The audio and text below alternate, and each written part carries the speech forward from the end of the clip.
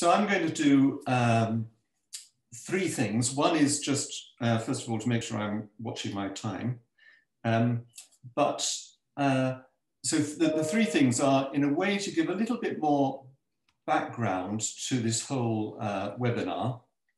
The second thing is then to give three principles which sort of underpin or are part of values-based practice. So I'll do that fairly briefly.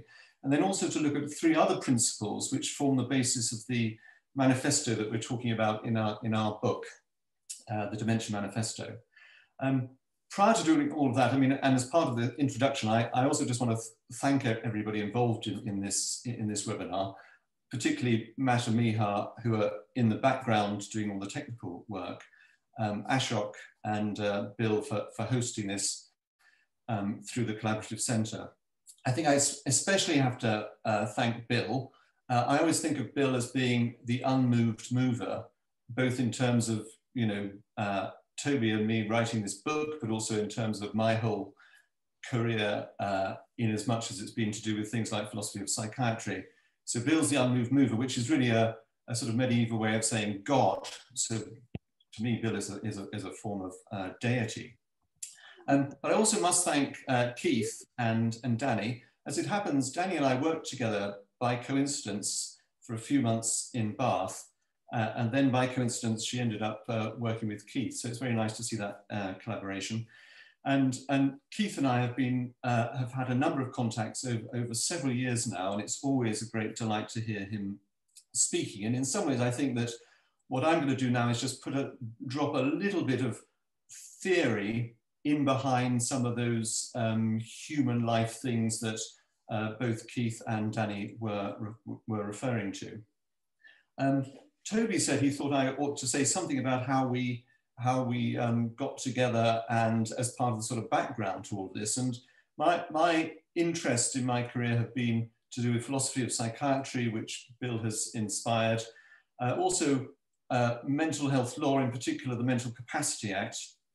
There may be somebody called Charlotte Emmett involved in this webinar from Northumbria, who's always kept me on the right tracks to do with the law.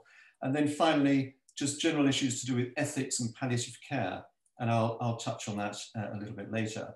So that was me with my kind of coming from a kind of medical background. And at some point, and I have no idea when it was, but at some point I met Toby, and we seem to have just known each other now for years and years. And I just can't remember when it was that we first met. It may have been around the time that the Mental Capacity Act was coming into being. But then I had a fair amount to do with him when he was doing such fantastic work at the Mental Health Foundation. And in particular, Keith and I were then on a panel which Toby put together looking at truth-telling and truth in the context of thinking about dementia. And then at about that time as well, we both met with Bill, and Bill encouraged us to think about writing a book together. And I suppose there were sort of two motivations to that. One was that we wanted to produce a manifesto, and we couldn't help being kind of influenced here by the thought of the Communist Manifesto. It's not a Trotskyite tome, our book. Nevertheless, you can find references to Karl Marx 4 times in the index and to Friedrich Engels twice. There is also a reference to Lenin once. And the reference to Lenin was to do with a booklet that he wrote in about 1901, which was called What is to be Done? And I think that's a kind of powerful question when we put it into the field of dementia. What is to be done? And applying that question very broadly, what is to be done at a sort of personal level, at a sort of social level, at a political level, and so forth. So I think that question, what is to be done, is very pertinent to what we're discussing today. The second motivating factor was that we just became very interested in values-based practice and how that can be applied to dementia, and actually seeing that values-based practice gives us some way into thinking about what is to be done. So if we're asking the question, what is to be done, one of the answers is, well, we need to apply values, and we need to apply values at all of those different levels that I've just been talking about, from the very personal to the social and communal.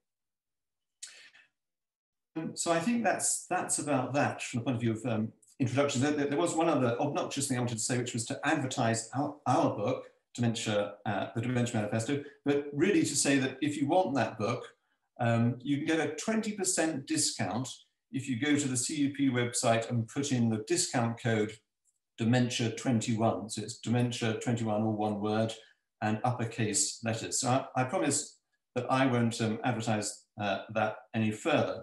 Anyway, so then I want to move on to thinking about three of the sort of principles behind values-based practice, which some of which Toby will talk about a little bit more in a bit more detail later on.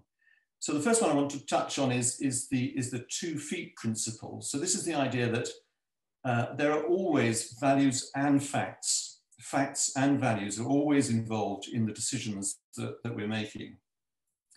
And just to apply this to dementia, the thing I want to talk about in a way is the, well, I suppose I should sort of interrupt myself to say that one thing sometimes people think about dementia is that it is a very factual thing. It's referred to as an organic disorder as opposed to a functional disorder. It's to do with the brain. It's a very kind of concrete thing.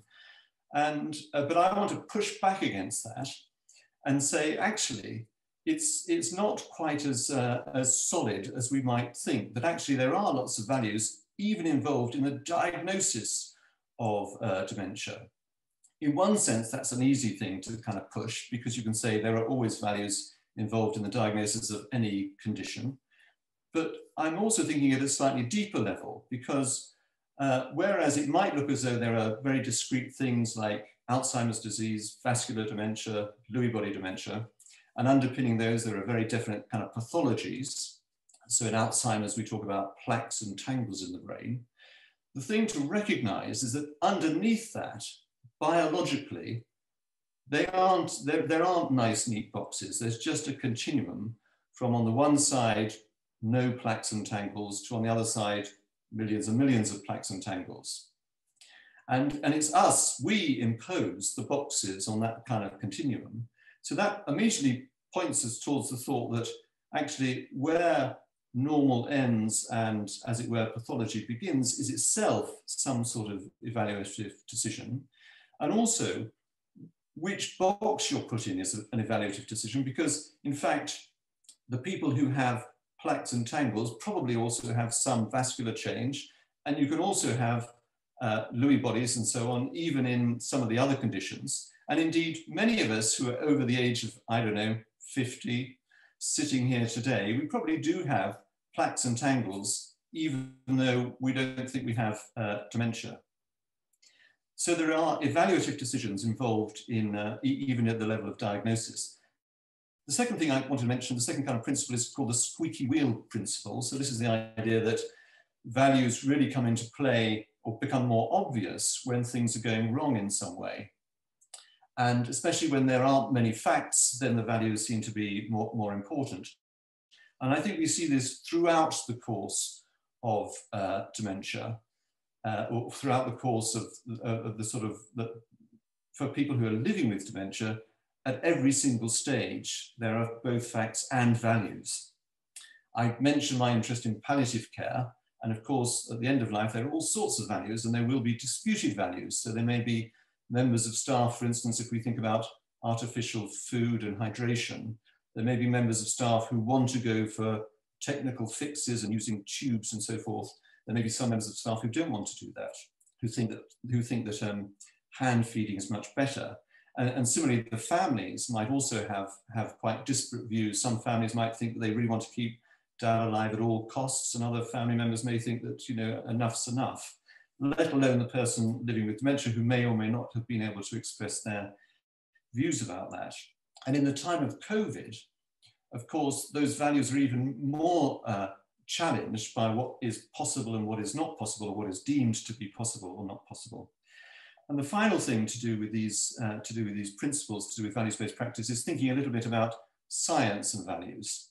So typically it's said that, or maybe it's thought that as science evolves and improves, therefore at that point the values become less important, whereas in fact, it's the other way around. So in the context of dementia, if we think about biomarkers, especially neuroimaging, it's now possible to have a diagnosis, if you can call it a diagnosis, of non-dementia Alzheimer's disease. So you might be in your late 40s, early 50s, and it's possible for scientists now to look in your brain and say, yes, you've got lots of plaques and tangles, or certainly you've got a lot of amyloid. So there are neuroimaging techniques which show you the amyloid. So somebody might be able to say, well, you have Alzheimer's disease pathology in your brain, even though you're feeling completely cognitively intact and so forth. So that's an example of science and technology moving on and the ethical decisions becoming more difficult. So the third thing I wanted to do briefly was look at some of the key elements or principles that we've used in our Dementia Manifesto. I'm really only going to touch on two of these and then leave the third for Toby.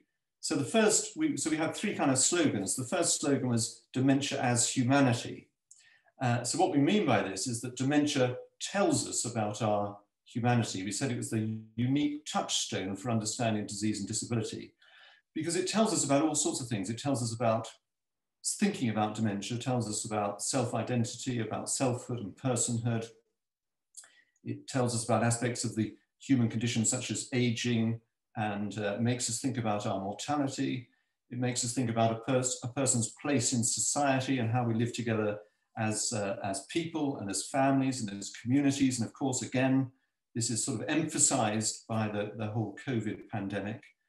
In a way, if we're thinking about dementia as humanity, you know, we remember that in the old days, people with dementia were often relegated to the back wards of the asylum, whereas nowadays, many of them have been, as it were, relegated to care homes. Now, COVID has opened a door on the care homes to some extent, but only so that we can think about infection, mortality rates, and so on.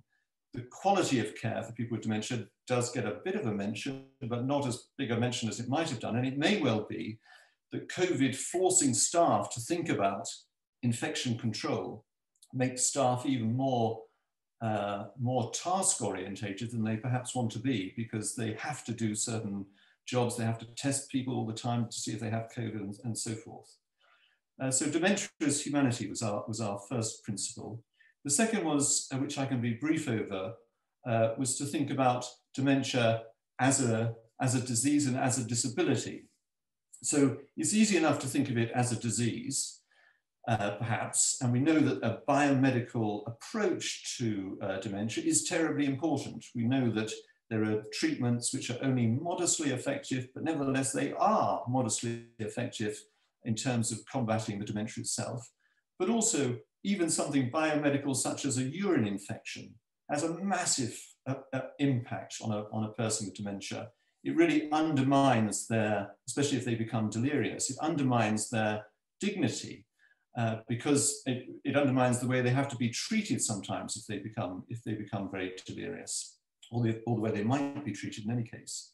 So we need the biomedical model, but we also need this sort of broader social and political model, but also in the work that Philly does, for instance, and we're about to hear from Jane, who is married to Chris. So we're about to hear from people who are activists.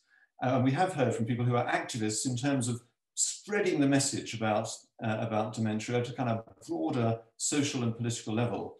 And if we think about that phrase, dementia as a disease and a disability, the key word there is "and," that it is a disease, but it is a disability. And what we're trying to do is to bring those things together. I think that's more or less all I want to say. The third principle that I'm going to just highlight is to do with dementia in terms of values-based practice and rights, but that's something which Toby is going to pick up shortly. So I'll end there, but thank you very much.